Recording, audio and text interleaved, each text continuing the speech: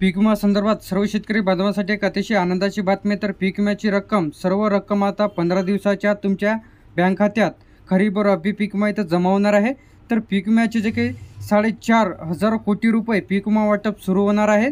तर त्यामध्ये या जिल्ह्यांचा समावेश आहे व बरेच शेतकऱ्यांची तक्रारी इथं फेटाळण्यात आलेली आहेत।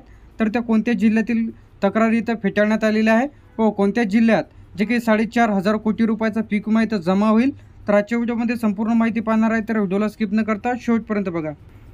त्यामध्ये जे आता भरपाईची रक्कम जे काही 15 दिवसाचे जे काही इथं देण्यात ठरवलेले आहेत, तर त्यामध्ये जे काही इथं तालुक्यातील जे काही फेटाळलेल्या सूचना आहेत, तर त्यामध्ये चिखली, त्यानंतर इथं तुम्हाला शेगाव, बुलढाणा, खामगाव, सिराज, त्यानंतर संग्रामपूर, त्यानंतर माटोळा, त्यानंतर लोणार, चांदुरा, मलकापूर, मेहकर, त्यानंतर इथं तुम्हाला त्याची जी काही संख्या आहे ती संख्यासुद्धा तुम्हाला इथे दाखवण्यात आलेली आहे।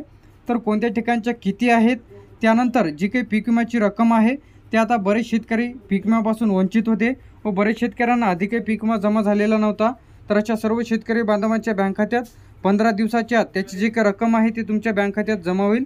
तर आता जे काही वाटप जे आहे अकोला, वाशिम, पुणे, बीड, भंडारा, वर्धा, सांगली, रायगड, रत्नागिरी, धाराशिव, हिंगोली, कोल्हापूर, पुणे, नंदुरबार, सातारा, परभणी, लातूर, धुळे, नाशिक, कोल्हापूर, अमरावती, चंद्रपूर, गडचिरोली, सिंधुदुर्ग, बुलढाणा, गोंदिया, त्यानंतर जे आहे इथं जळगाव, नगर, नांदेड, जालना, पालघर, छत्रपती संभाजीनगर, त्यानंतर जे काही या सर्व जिल्ह्यांमध्ये पीक विमा आता तुमच्या बँक खात्यात जमा होईल।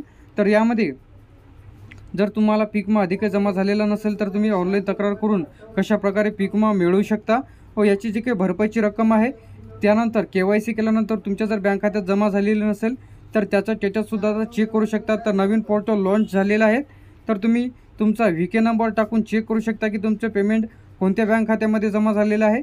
त्याचप्रमाणे पीक विम्याचं सुद्धा स्टेटस चेक करू शकता की तुमची पीक विम्याची रक्कम कोणत्या तारखेला व कोणत्या पिकासाठी किती पीक विमा तुम्हाला मिळालेला आहे, तर टोटल क्लेम किती झालेला आहेत व कोणत्या तारखेला जमा झालेला आहेत ते व कोणत्या बँक खात्यात जमा झालेला आहे ते सुद्धा तुम्ही घरबसल्या काही मिनिटांमध्ये चेक करू शकता।